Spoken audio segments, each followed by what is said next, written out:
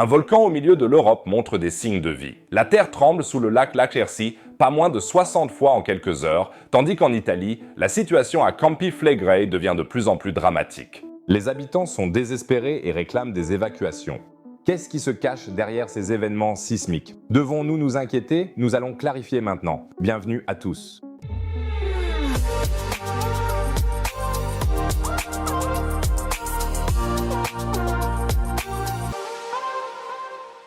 Je ne sais pas ce que vous en pensez, mais quand j'entends parler de tremblements de terre sous un volcan allemand, là je suis quand même un peu tendu. Et pour que vous restiez toujours informé en temps réel de toutes les évolutions spectaculaires dans la région volcanique de l'Eifel et ailleurs, abonnez-vous tout de suite à la chaîne. C'est gratuit. Vous ne manquerez plus jamais une vidéo et vous m'aidez beaucoup par la même occasion. Et ceux qui sont déjà abonnés aident de beaucoup la vidéo en mettant un pouce bleu. Peut-être qu'on atteindra les 5000 likes. Merci beaucoup les amis. Alors, regardons un peu la situation sismique au lac Lacher. Le lac Lachersi, dans la région volcanique de l'Eifel, est un véritable décor de carte postale. Pittoresque, calme, parfait pour une balade relaxante le dimanche. N'hésitez pas à me dire dans les commentaires si vous y êtes déjà allé et si vous avez visité le monastère pittoresque de Maria Laach. Ça m'intéresse, on ne pourrait jamais imaginer qu'il y a 13 000 ans, l'enfer s'est déchaîné dans ce cadre idyllique. À la fin de la dernière période glaciaire, le volcan du lac de Laach a explosé avec une violence qu'on peut à peine imaginer aujourd'hui. L'éruption a atteint un niveau 5 EI6, c'est-à-dire une explosion colossale juste en dessous d'une éruption de supervolcan. Les cendres du volcan se sont alors répandues sur une grande partie de l'Europe centrale et tout a été complètement dévasté dans un rayon de plusieurs dizaines de kilomètres. Aujourd'hui, il n'en reste plus aucune trace. Le lac qui s'est formé dans la caldeira est paisible. Le paysage est verdoyant et magnifique. Mais sous la surface, un immense système magmatique sommeille toujours. Et c'est précisément ce système qui semble s'être manifesté maintenant. Dans la nuit du 9 au 10 octobre, les sismomètres ont en effet enregistré environ 60 petites micro-secousses sous le lac de Laach. Tous se sont produits à environ 7 à 8 km de profondeur et avaient une magnitude inférieure à 1. L'Office régional de géologie et des mines de Rhénanie-Palatinat a donné le feu vert. Les secousses n'étaient pas perceptibles par les humains. C'est quand même remarquable, car les secousses sous le lac de Laach sont super rares et pourraient indiquer que le système volcanique redevient actif. Légèrement inquiétant, car je viens de Cologne, à seulement environ 60 km à vol d'oiseau. Plus remarquable encore, les scientifiques ne savent pas encore exactement ce qui a provoqué ces tremblements de terre. Était-ce la remontée de magma, des mouvements dans les systèmes hydrothermaux ou simplement une détente tectonique? Pour l'instant, cela reste totalement incertain, d'autant plus que nous en savons encore relativement peu sur le système magmatique sous le lac. Récemment, des géophysiciens ont réussi à cartographier le système en détail dans le cadre d'une étude. Ils ont découvert une anomalie cylindrique à une profondeur de 2 à 10 km, avec un volume estimé à environ 75 km3. Les chercheurs ne savent pas encore si ce volume est entièrement rempli de magma. On pourrait bien sûr paniquer maintenant. Du magma sous l'Allemagne, des tremblements de terre. Devons-nous tous faire nos valises en urgence? Le professeur Dam du centre Helmholtz GFZ pour la recherche géologique apporte un peu de réassurance. Jusqu'à présent, on n'a trouvé aucune indication de changement dans le système magmatique, explique-t-il dans un entretien avec un quotidien. De tels changements se traduiraient par des émissions de gaz modifiées, des soulèvements du sol ou encore des fluctuations de la force gravitationnelle. Et rien de tout cela n'est observé actuellement. Les capteurs de surveillance n'ont pas non plus montré d'anomalies correspondantes lors de la récente série de tremblements de terre. Mais ça ne veut pas dire que le volcan du lac de Laach va rester endormi pour toujours. On ne peut pas exclure qu'il y ait une nouvelle éruption un jour. Les essaims sismiques pourraient en effet être un signe d'une éruption à venir, mais seulement s'ils sont accompagnés, par exemple, d'un changement dans le flux et la composition des gaz, d'un soulèvement du sol ou d'une modification de la force gravitationnelle. Mais on n'a pas observé ça jusqu'à présent, explique le professeur Dam. Le problème, c'est qu'en Allemagne, il n'existe jusqu'à présent aucun observatoire volcanologique spécialisé.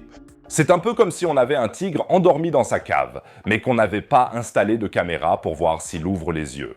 Le professeur Dam préconise donc la création d'un observatoire volcanologique sur le modèle international, comme celui qui existe en Italie. Un tel observatoire permettrait non seulement de surveiller les tremblements de terre, mais aussi d'enregistrer en continu les soulèvements du sol et les flux de gaz. Et surtout, il entretiendrait des contacts avec les communautés locales, la protection civile et le public et préparerait des procédures pour les situations de crise éventuelles.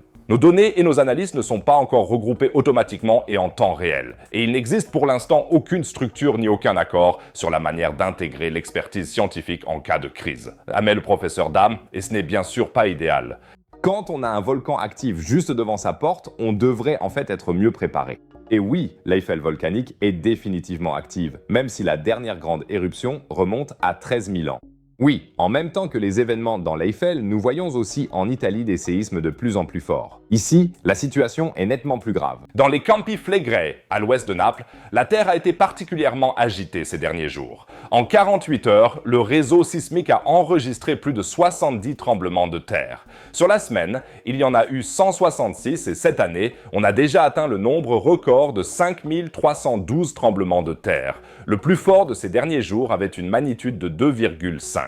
Les habitants sont de plus en plus désespérés et les appels à l'évacuation aux frais de l'État se font de plus en plus pressants sur les réseaux sociaux. Une habitante a commenté une publication de l'Institut italien de géophysique et de volcanologie, INGV, l'Observatoire volcanologique italien, en ces termes, « À quoi tout cela sert-il? Nous les entendons. Les tremblements de terre, jour et nuit. On veut juste de l'aide. » Les nerfs sont à vif. Je le comprends, car le nombre de secousses ne met pas seulement à mal la structure des bâtiments, mais aussi les nerfs des habitants.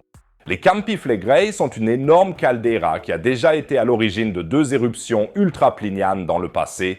La plus forte de ces éruptions, il y a 39 000 ans, avait une VEI de 7. À l'époque, les cendres s'étaient répandues jusqu'en Sibérie. Dans la région de Naples, des dépôts de tuf atteignant 60 mètres de haut témoignent de la violence incroyable de cette éruption.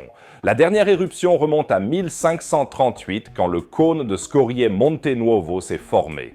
Depuis lors, la situation est restée calme, du moins en surface. Car sous terre, il se passe beaucoup de choses. Les volcanologues observent une tendance persistante à la pressurisation du système hydrothermal.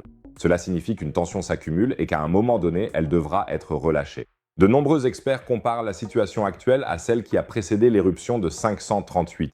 À l'époque, il y a également eu une phase de soulèvement qui a duré plus de 100 ans avant que l'éruption ne se produise.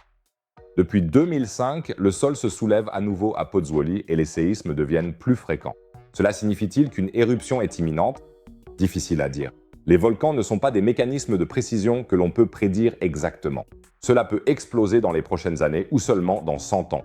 La situation est extrêmement complexe et les autorités sont confrontées à un dilemme. Car d'un côté, elles veulent protéger la population. D'un autre côté, passer du niveau d'alerte jaune à orange aurait des conséquences économiques et sociales énormes. Le maire de Pozzuoli aurait dit que l'économie napolitaine s'effondrerait. Certains habitants reprochent même aux autorités de minimiser le danger pour des raisons économiques. Mais quelle serait l'alternative? Une évacuation forcée détruirait le tissu social de la région. Car de nombreux habitants de longue date et propriétaires refuseraient de partir, surtout s'il n'est pas clair combien de temps durerait une évacuation et s'ils recevraient une indemnisation.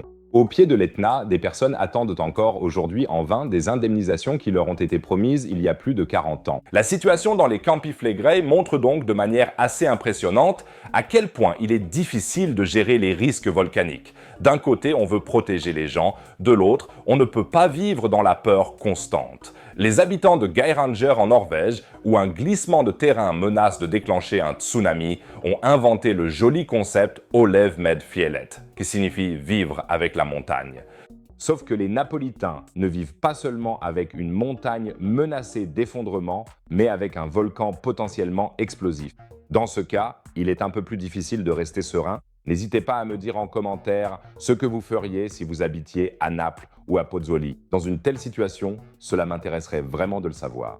En Allemagne, la situation est bien sûr beaucoup plus détendue. Le lac Lacher See est surveillé et la situation actuelle est intéressante, mais ne donne pas lieu à l'inquiétude. Néanmoins, la récente série de tremblements de terre montre que chez nous aussi, la Terre ne reste pas immobile. À mon avis, un observatoire volcanologique ne serait donc pas une mauvaise idée, ne serait-ce que pour être mieux préparé si la situation venait à s'aggraver. Je vous tiendrai bien sûr au courant de toutes les évolutions concernant le Lâcher-C et les Campiflegrei. Alors abonnez-vous absolument à la chaîne maintenant et n'oubliez pas de mettre un pouce bleu pour qu'on atteigne les 5000 likes. Et maintenant, nous quittons la Terre pour voyager dans l'espace. Un objet super bizarre fait des siennes dans le système solaire. Le visiteur interstellaire 3I Atlas se comporte de manière tellement étrange que les scientifiques s'y attaquent et sont face à un vrai mystère. Qu'est-ce que c'est que cet objet? Pourquoi perd-il actuellement d'énormes quantités d'eau? Vous le découvrirez dans la vidéo affichée en haut à droite. Regardez-la, elle contient aussi des images originales passionnantes de l'objet. En bas à droite, vous trouverez comme d'habitude une autre vidéo sur la science et l'espace. Sinon, je vous dis à bientôt dans la prochaine vidéo. À plus les amis!